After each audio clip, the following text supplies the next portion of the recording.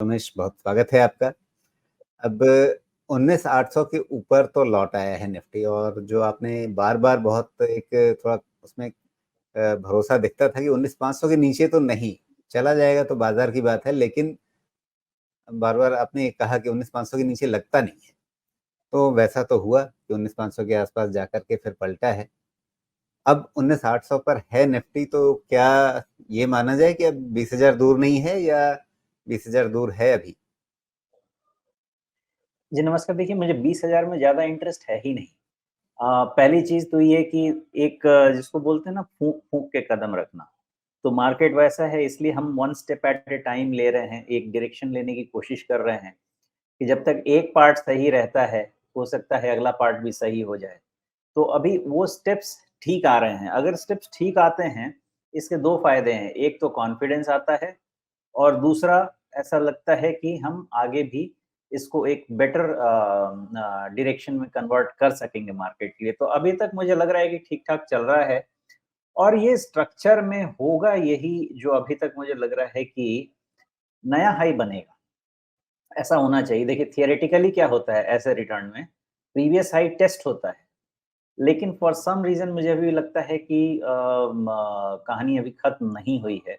नया हाई बनना चाहिए। अगर ये हायर लो, हायर हाई का स्ट्रक्चर रह जाता है तो मैं अभी भी उम्मीद लगाए बैठा हूँ कि शायद 21,000 500 तक भी देख सकते हैं हम।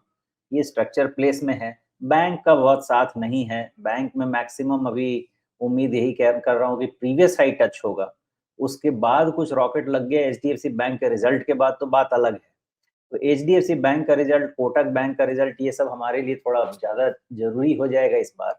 ये जानने समझने के लिए कि बैंक कैसा करेगी। और आज जैसे देखिए अब जो बैंक ऑफ बड़ौदा बड़ौदा पे नेगेटिव न्यूज़ थोड़ा-सा माइल्ड नेगेटिव ही सही आया। थोड़ा पीएसयू बैंक इंडेक्स पे प्रेशर तो उस तरह की न्यूज़ डालेंगे।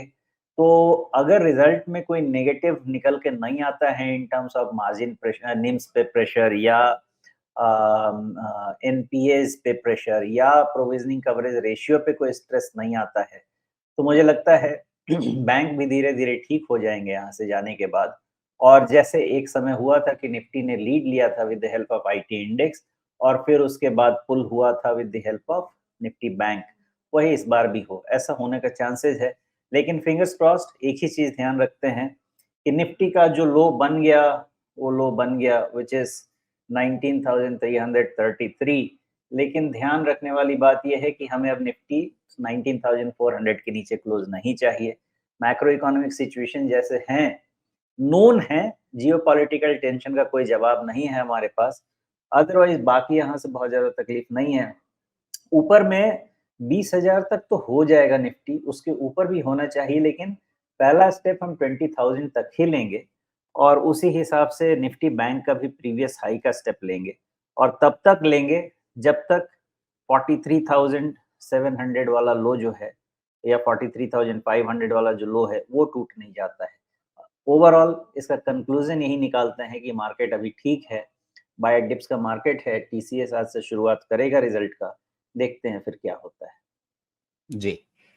तो यहाँ पे टीसीएस और आईटी सेक्टर, इसकी तो हम बात करेंगे, लेकिन पहले थोड़ा निफ्टी को समझ लें कि भई यहाँ पे सबसे पहले आपकी नज़र है 20,000 की पे कि 20,000 पार हो जाए।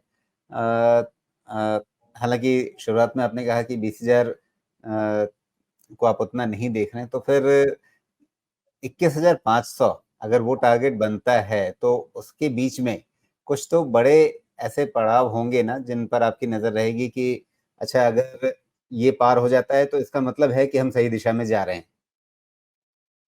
अ, उसके लिए तो सबसे वो पहला इम्पोर्टेंट लेवल मार्क ही क्या है? 20,000 है, या कोई और पॉइंट है, या जो ऑल टाइम हाई बना था हम उसको देखें?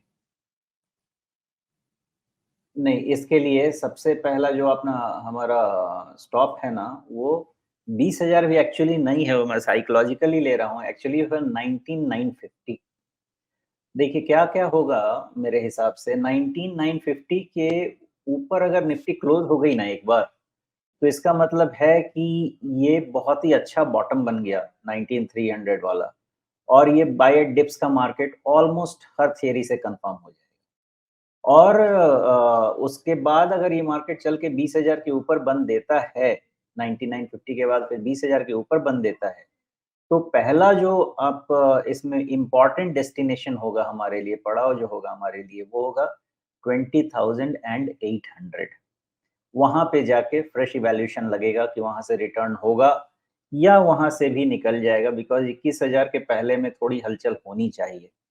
20,800 पे इवैल्यूएट करेंगे, वहाँ पे निकल गए, हो सकता है 21,500, उसके ऊपर भी 200-300 पॉइंट गए तो मुश्किल नहीं है। ऐसी पॉसिबिलिटी है। सब कुछ डिपेंड करेगा कि रिज़ल्ट क्या लेके आते हैं। जी। एक थोड़ी दूर की कौड़ी, लेकिन इस संभावना पे नज़र रखना चाहिए या नहीं? ये ट्रेंड लाइन ठीक है ना, अब तो ये लेटेस्ट दे गया है हमारे को, लेकिन ट्रेंड लाइन ठीक है ये। इससे क्या कन्फर्म होगा, देखिए फिर से रिपीट करूँगा इस चीज़ को, ये ट्रेंड लाइन के नीचे क्लोज़ नहीं हो, अगर क्लोज़ हुआ, तो फिर वहाँ से कॉशन, और 19,400 के नीचे क्लोज़ हुआ, तो फिर वहाँ से करेक्शन। इस तरह से देखना पड़ेगा। जी, ओके। तो फिलहाल हमें मतलब 20,800, 21,500 इन सब पे नज़र रखना है, लेकिन उससे पहले 19,950 ये इसके ऊपर बंद होना, ये एक ज़रूरी चीज़ रहेगी।